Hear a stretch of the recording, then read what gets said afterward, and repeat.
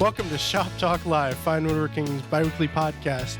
I am here with woodworking superhero Please don't. Jeff Rose. Yeah, there we go. Tim Rousseau. We're in Tim's shop in Maine, Appleton, Maine. That's it, Appleton, Maine. And we're almost done. We're real close to being nearly done. Just a little finish. We just had a great week recording Tim make a Danish Modern desk. Yeah, it's inspired of my take on a Danish Modern desk. It was in Designer's Notebook a few years ago. So yeah. Yeah, it's a beautiful, beautiful desk. And you've got some beautiful bird's eye maple. Yeah, I had this board I've had around for a good long time and just squeaked it out for this. You know, I mean, literally squeaked it out. I have the lower rails on the desk, if you look, have a little bit of knot in them that I would have normally not used, but it was like the last of the last. So don't tell anybody. All right, we won't. Right. Thousands of people know. All right. So speaking of Danish Modern, you would generally be known as your designs are more towards the modern realm. Yeah, that would be correct. Okay. What's a good way of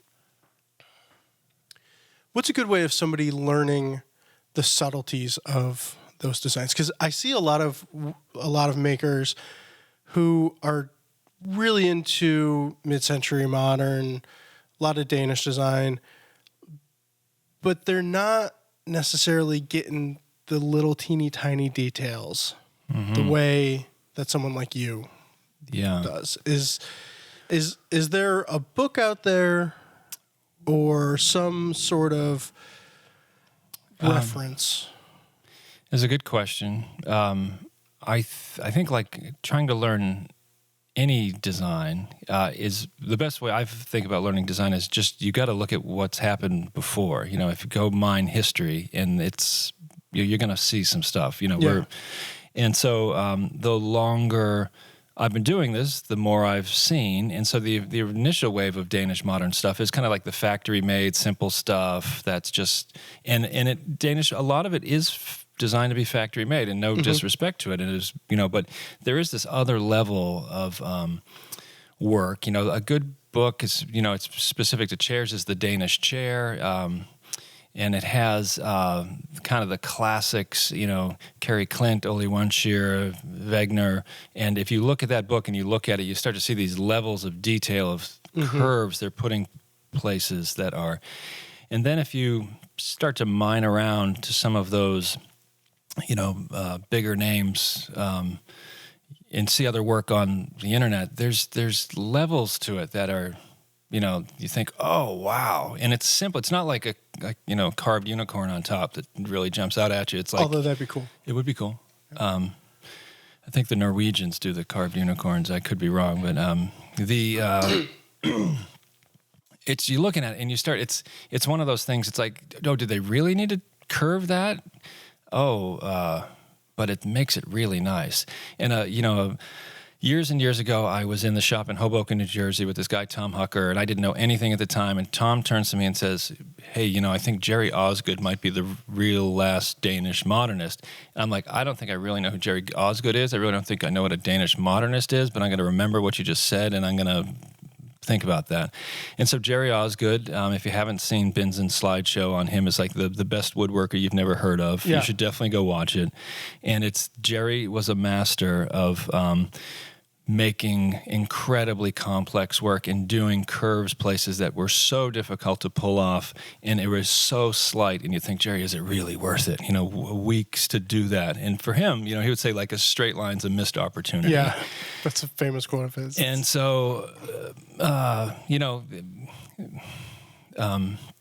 it's fun. And as you know, as you get better at your craft, when I first started out, I'd be just so happy to taper a leg, right?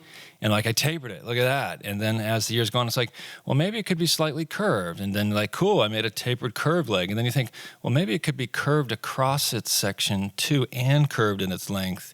And then you start going, oh yeah, I could do. And then you just keep adding to your toolkit, if that makes any sense. This desk, especially as you were gluing it up, all of a sudden it hit me. It was like, well, there's really no point in checking square.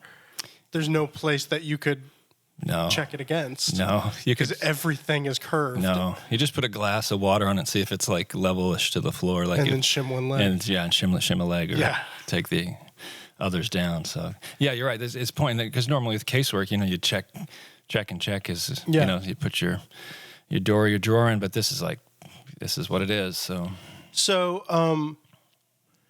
the work of Jerry Osgood and that book, but there's no, like, when I think about Shaker Furniture, there's the John Cassay book. Yeah. That's like, you buy that book and you kind of get an overview of everything that's out there. But I guess maybe since Danish Modern is still going, it's still a work in progress. There's no overview. Yeah, I'm sure there's got to be some books out there. At the library at the school, there are some books in Danish of like student work in Denmark, which is so mind-blowing what they're doing. I can't read what they're doing, but you can just see the projects they're doing. There's some a weird guy, Peter Moos, was a Danish Modern obscure dude that Jerry Osgood was very influenced by. Dan Jackson was very influenced by.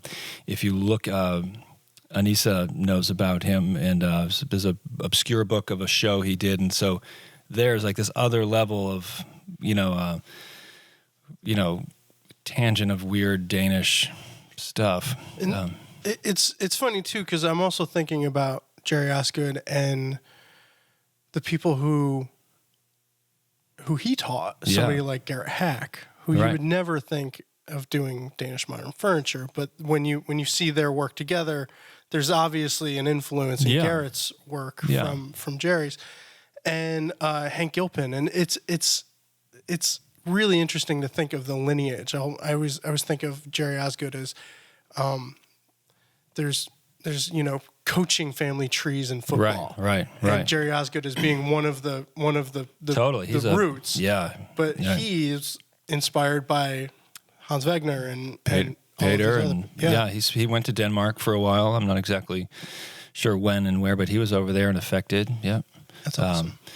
Yeah, it's interesting. And it is that group of people that came through the program in artistry at BU, the Hank Gilpins, Garrett Hacks, the Tom Huckers, through Jerry Osgood and Dan Jackson earlier than Alphonse Mattia. At the end they had some incredible staying power. Like these people stayed in the field. Timothy Philbrick, like mind-blowing James Schreiber, those people that...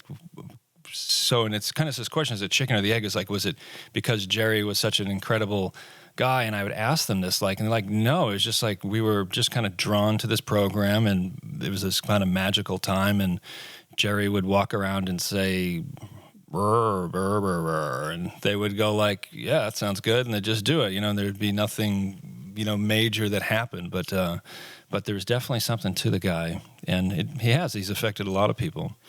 So one other person that I'd like to ask you about that you've obviously been affected by in the past week that we spent together, I've heard you mention the name Tom Hucker countless times. Where you're like, oh, Tom Hucker showed me this, or Tom Hucker gave me this tool, or whatever. Tell me more about Tom. So Tom, he was a kid that grew up in Philadelphia someplace and was a sculptor art type kid, and not sure how he really fit into the world, and somehow got the opportunity to apprentice with a German cabinet maker. And at the age 17, made a sideboard that got sold off into the world. And about 5 or 6 years ago, that sideboard got sold at Sotheby's for $44,000. So at age 17, he's doing stuff that at a totally different level in his own deal. And what Tom liked about woodworking is that sculpture is so all over the place. You can do whatever you want, but there's certain functional constraints by the furniture making. So he took off with that, ended up going to the BU program in artistry and had benchmates like we just talked about. And then ended up in Italy, working for a while, then ended up in Italy at the Domus Academy, which I don't really know that much about, but supposedly it's a pretty big deal, learning the design aspect of stuff. And then came back and has, been working in New York City primarily since then. And he is one of these people who, this is what Tom does. Tom doesn't like play golf. He doesn't want to play the guitar. Tom is in the shop in the mornings all the time, never had kids, and he has work in the Museum of Fine Arts Boston, the Renwick Gallery, the Smithsonian, the Yale Private Collection, and it goes on and on. And some of his furniture is, it's not shaker furniture. Like, it is complex, modern, has deep roots to what he's trying to convey, and he's a very smart thinker. So anyways, when I was going back to New York City after learning furniture making at the school, got a contact sheet of different people, and number 2 person on the list was this named Tom Hucker, said most well regarded on the list. I think I was going to get his secretary or somebody, and so I call him up, and he says, we're in the shop. It's been here for like 28 years. One of the guys just died, so there's a spot. And I'm like, all right. And so just showed up and talked to the guy who was renting this kind of cooperative space and moved in there. And so he and I spent a number of years together, benchmates, and then had the large machine room. And so I didn't know anything at the time about anything. And so here I am with this really nice guy making this incredibly complex, weird stuff. And him... he was always like getting work in galleries, whether at the time was Pridham and Eames on Long Island or Wexler Gallery in Pennsylvania, or, he would just have these drawings. This is for dance furniture. And it's just crazy the level he was playing at. And so he's still around. He's still making furniture, and he's, what I like about Tom is he can make veneered spheres. He can carve ball and claw feet, pie crust table. He can fill stuff full of Bondo. He can do concealed miter dovetails. Whatever you want to do, he can do it. And it's something. So. Did working around him drive you further quicker than you thought? Well, working in that shop, this big cooperative shop in Hoboken, New Jersey, where it was basically there for about 30 years at the time. We're just making the hard stuff in New York City that nobody else wanted to make. And so stuck in the rafters of this, there was an old, I call it the Jell-O pudding factory, but it's not. It was a different pudding, something like... Wait, there's a different pudding? I don't know what pudding there. They could make anything. They weren't, most of the people were not making their own designs, but they, here's like a set of 50 French provincial chairs with carvings, and then here's a huge modern radial match dining table, and here is a set of modern plywood desks for California. Here is, each day it's different, and they could do anything in these. You would see them do stuff on these big machines, and you think, oh, that's how you do that, Yeah. So it was a good learning to go from small scale to everything's 10 feet. Yeah. It was like a graduate program for me. So it's hard to not feel like the new guy, like you're in there trying to keep your head afloat. But they were good, learned a lot. So cool. Right on. Well, I went digging through our email account looking for questions last night, and I've got a few questions from readers that I think are right up your alley, if you're ready. The first question is from Dave, and he said, I recently built my niece a cherry nightstand for her 16th birthday. I finished it with a clear coat of shellac, sanding sealer, followed by water-based polyurethane. I like the finish, but after a few months, it has not held up well to the sun, and it looks a bit dried and faded. Other than moving it, do you have an indoor finish suggestion that you can recommend that will tolerate direct light? So we were talking about this the other day. You've got water-based polyurethane and cherry. Yeah, which might not be the best.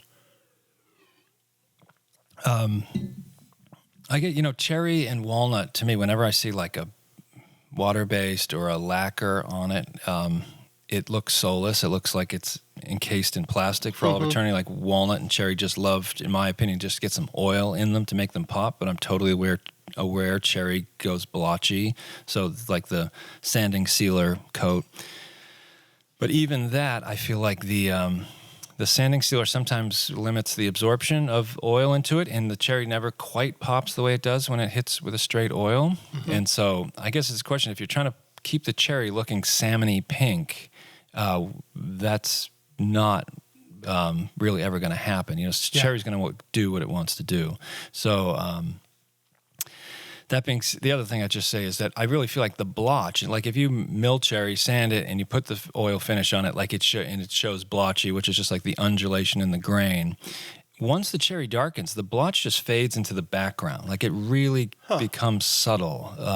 Other woods, not so much, but I feel like the cherry, it mutes as time goes on. So for me, I would prefer to put like an oil varnish on the cherry, let it do its thing, and try to build up a small film finish and varnish. And lately I've been using this Sutherland Wells product, Murdoch's Hard Sealer, which is a tung oil based product with some resin in it, and it looks great. I put Watco on cherry forever. Everyone's on the Osmo these days. Osmo Paulinx looks good on cherry, doesn't quite make it come up as much. But the dried out, I say this too. I have some cherry tables that I made that I keep oiling them like once a year or something, and they just keep looking dry. They just keep dry. And so I don't know what I'm talking about at this point, but I know what he's talking about. If it's talking about just like dried out, doesn't have a build on it. Yeah. I don't know. You could sand it all off, just cut it all back and just throw some oil on it. Try putting some oil on it. I mean, at this point, it's probably not going to really do the trick, but I always wonder if a lot of people. So we get the question frequently, like, how do I keep cherry from darkening? Or it's going to darken. It's going to darken. All wood's going to change as it. Yeah, and even with the UV inhibitor sprays you can put on it, they still go there. Yeah. Yeah, I had a walnut sideboard that a guy, John McAlevey, made that we got from him in 1967. It was here in the shop. So that was 50 years old. This is earlier this year. And then I had a shaker spinning wheel from 1800 someplace. That was being a neighbor had it, a large, like a 5-foot diameter shaker spinning wheel.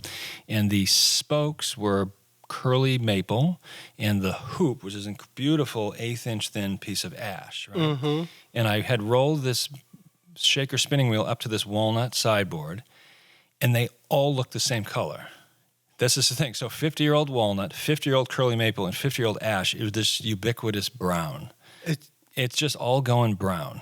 That's the deal. Claro walnut, not so much. It's going to stay its color, but just accept that it's going to change. The dark ones lighten up, the light ones darken up, and they kind of meet in this middle land. And so I think that's part of what I think people don't realize is you're making things out of this white wood, but time is it's going to turn it honey, What's it look like in 50 years, 60 years?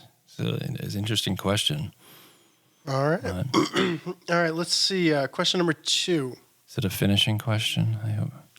I really like the finishing question. Do you want me to? No, just maybe save it for the end so it's really nice. Okay. All right. There's a lot of resawing questions. Resawing, yeah. From Dave, I have a European-style 14-inch bandsaw with a 1/2-inch 4 TPI blade, and I was resawing a 10-inch square by 2-foot-long piece of pine. The resulting cut left me with a hollow in the resawn piece and a bulge in the slab about 2/3 of the way through. So the blade. Yeah, the blade deflected, yeah. I flattened the slab, double checked the rear and side guides, the tension, squareness of the blade to the fence, the table to the fence, increased and decreased the tension, super slow feed rate, faster feed rate. I kept having the same issue. Get it. I've resawn hardwood before, nearly this thick, and I haven't had a problem with the same blade. Thoughts? I wonder if it's with the same blade. Yeah, and if he really, and I'm not calling him out, but really, if he did 10 inches of maple on that saw, does it really not bow out? Pine's funky, pine's resinous, and it's weird. It's soft. It is interesting. I love pine, but on bandsaw, it can be, a little wavy. Mm-hmm. This is, my experience is. We use 1/2-inch blades at the school all the time in our resaw general purpose bandsaws, and we can resaw 13 inches with them dialed in. A good blade set up, you can totally resaw it. And I did a resaw article a number of years back, and that's what I suggested, the blade we use at the school, and it's a pretty darn good resaw blade, 1/2-inch, and there's like 3 TPI, 4 TPI, the wood slicer, you get any of those, but you can get those dialed in pretty well. But as time goes on, what I realize in my experience is my 1/2-inch blades, they start to lose their, can I say a swear? I shouldn't swear on the podcast. I'll bleep it. They lose their after a while. Like you're going along, it's like cut number 8.5, and it's just starts to be like, I can't handle this anymore. I got to just I'm just no more. And so I in my mental world, I'm thinking the blade's heating up, it's stretching a little bit. Like that's what I'm thinking is going on. But the reality is it's going fine, then it's not going fine. So, as the years have gone on, I realized getting to a bigger blade that's got some beam strength. So if your saw can handle a 3/4 or 1-inch blade, they don't get bullied around. And so I know since 2012 now, I've been running these 1-inch bimetal or carbide blades for resawing. Lennox Woodmaster C, the carbide one right now, 1.3 TPI, and it never goes off. It just does what you want it to do, time and time again. So I know that's not really answering the question why that might have happened, but well, this brings up the thought for me. So a 14-inch saw, you've got a 105-inch blade probably, right? You can only generally go up a 1/2 inch, 3/4 of an inch, maybe. Even if your throat opens up to 12 inches, it's likely it's not going to be able to consistently resaw 12 inches. There's a power issue, but then also with a 105-inch blade compared to a 160-inch blade in like a 20-inch bandsaw, there's less metal for the heat to dissipate through. Yeah. Those teeth are hitting more frequently in the saw. And, so what is your ideal size bandsaw for resawing? Is it a bigger is better thing? Yeah, definitely. And so what, I have a 20-inch Powermatic, which I love, Powermatic 81, and it to me is like the smallest big bandsaw, like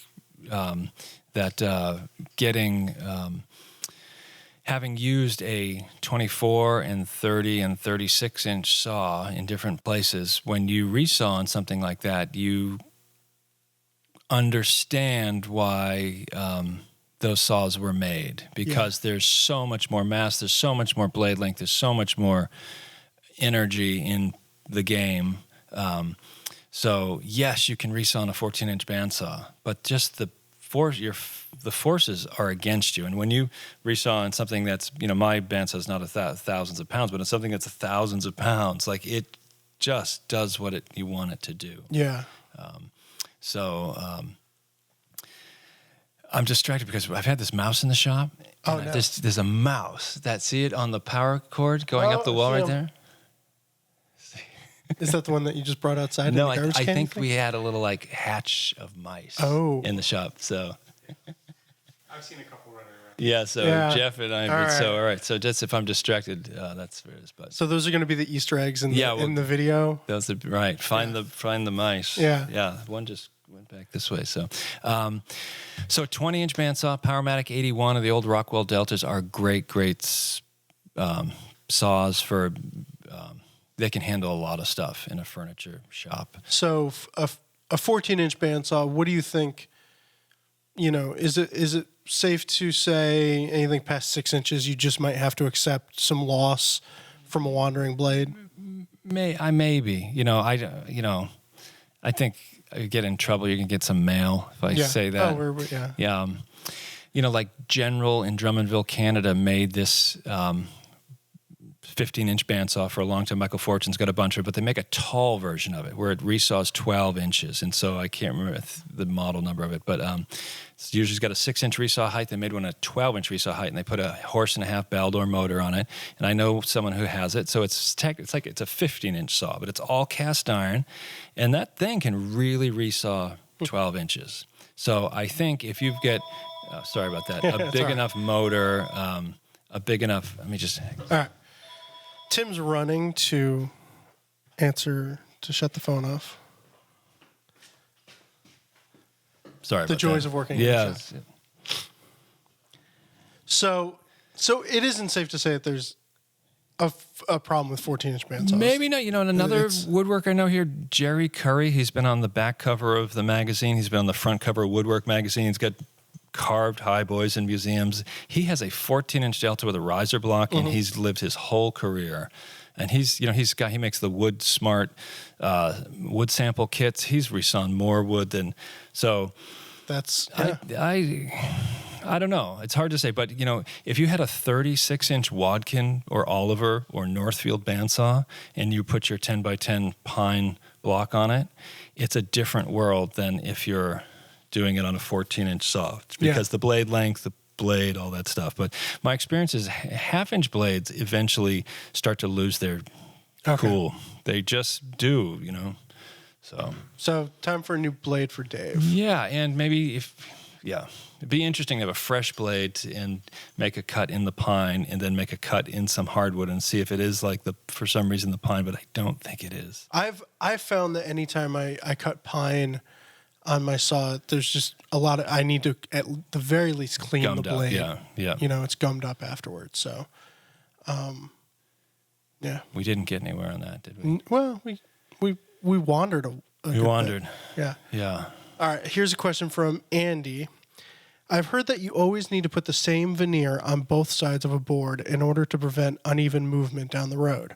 However, some veneer is extremely expensive, so I was wondering if there was a kind of alternative veneer that could be used on the faces that will be hidden. Is there such a thing as secondary veneer? Oh, yeah. Yeah, you just get backer veneer, we call it. And so you would just, the same thickness. So if it's commercial veneer, 40th of an inch, you would have rosewood on the top and, some inexpensive mahogany or whatever poplar on the bottom. But as long as it's the same thickness, the species is not, you're starting to worry too much if it's the same, but as long as it's the same thickness. So if you have a shop sawn veneer on the top, you have a shop sawn veneer underneath. Okay. It'll balance it. Yeah. Which is what on the desk you just made. You have your A side and your B side. Yeah, you get your A side and your B side, and hopefully you glue the A on the A and the B on the B, and so you're not upside down. But just so long as you balance it with something. Okay. Same thickness. You had a little secondary question. If the project is extremely small, like a tee box or something, is it still important to veneer both sides with the same wood? You just answered with the same wood species, but so a small lid for a tee box or something like that. Would you veneer both sides? I would, but maybe, just. Yeah, I think you would. The seasonal comings and goings of the moisture will flip it. So I would. And like if you veneered, say you have a tee box and you're just putting a fancy veneer onto wood, right? Mm-hmm. And you're not putting veneer cross grain. So you're not actually, it's not plywood with veneer on it. So you've got a piece of kind of average mahogany, you're putting some crotch mahogany on the top. Mm-hmm.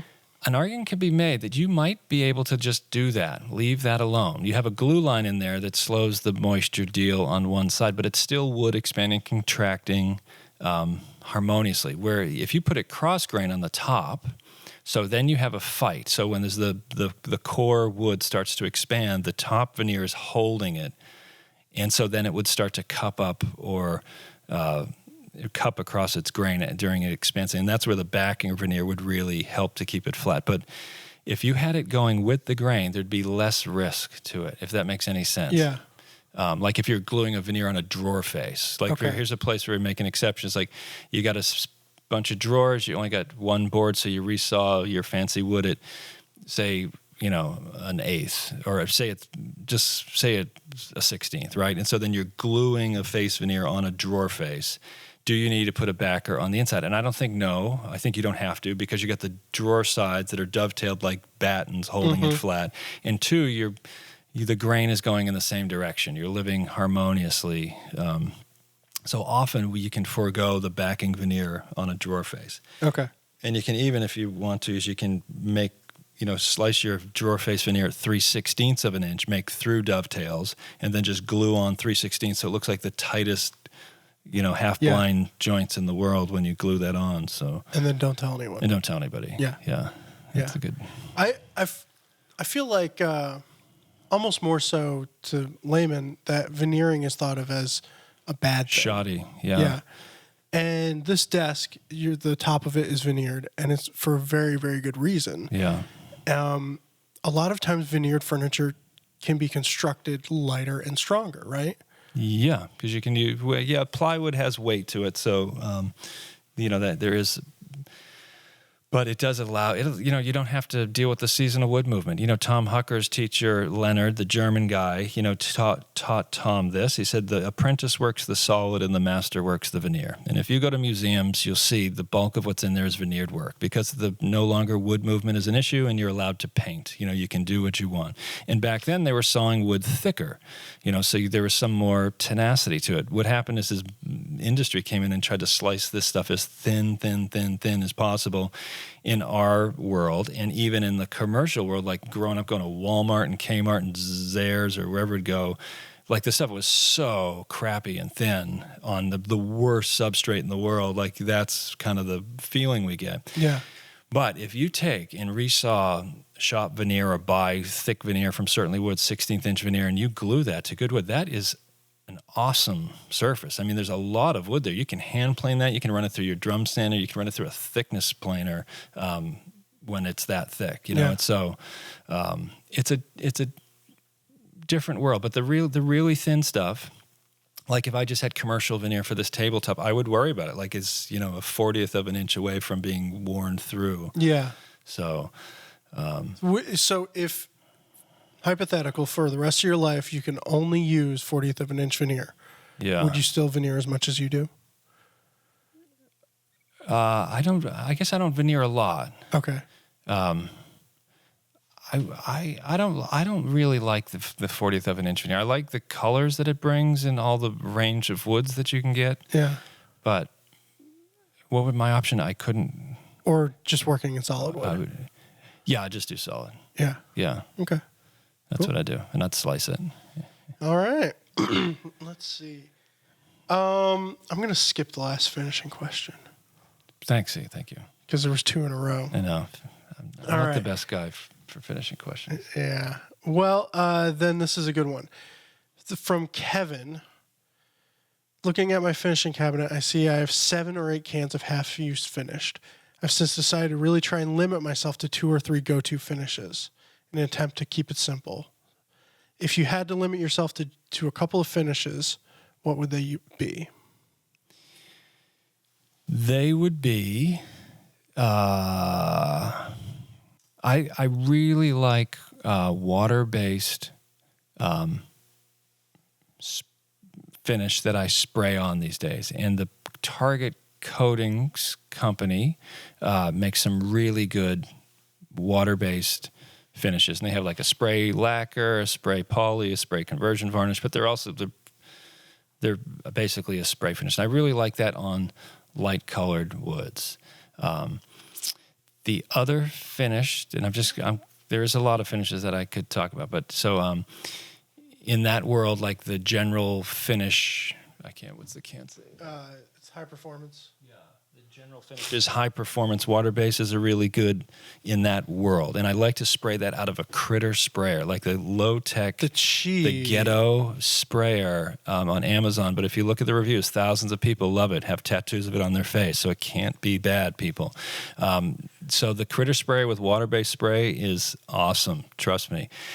The other thing is I really like having an oil varnish mix that I like. And for a long, long time, it was Watco Danish oil, which you buy at every place. And it wouldn't build quickly. Did you see the mouse? Yeah. And so, it doesn't build, and so Sutherland and Wells out of Vermont, that Murdoch's hard sealer or their just their regular tung oil product, I really like those. They dry quickly. They look great. The tung oil has a really good look to it. So you like to keep it really simple, finishing wise. Yeah. That being said, sometimes I use shellac, sometimes I use Osmo, sometimes I use other stuff. But do you ever send your pieces out to be finished? Rarely, but I should do more of that. We had in New York, we had a really great finisher, and I would send them out more. Here, it's harder to find a good finisher, and then you take the piece over. You got to get it there and get it back, and so I've been doing it. But it's smart. It's smart. If you have a good finisher, pay them to do it. Cool. Yeah.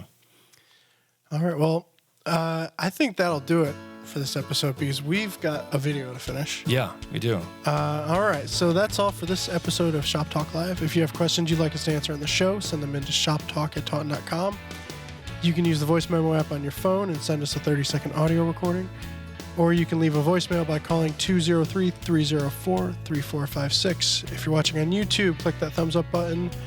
We'll be back with another episode. Thank you, Tim. Yeah, thanks, Ben. And thanks for everyone for listening. Thanks, Jeff. Okay. Thanks. Yep.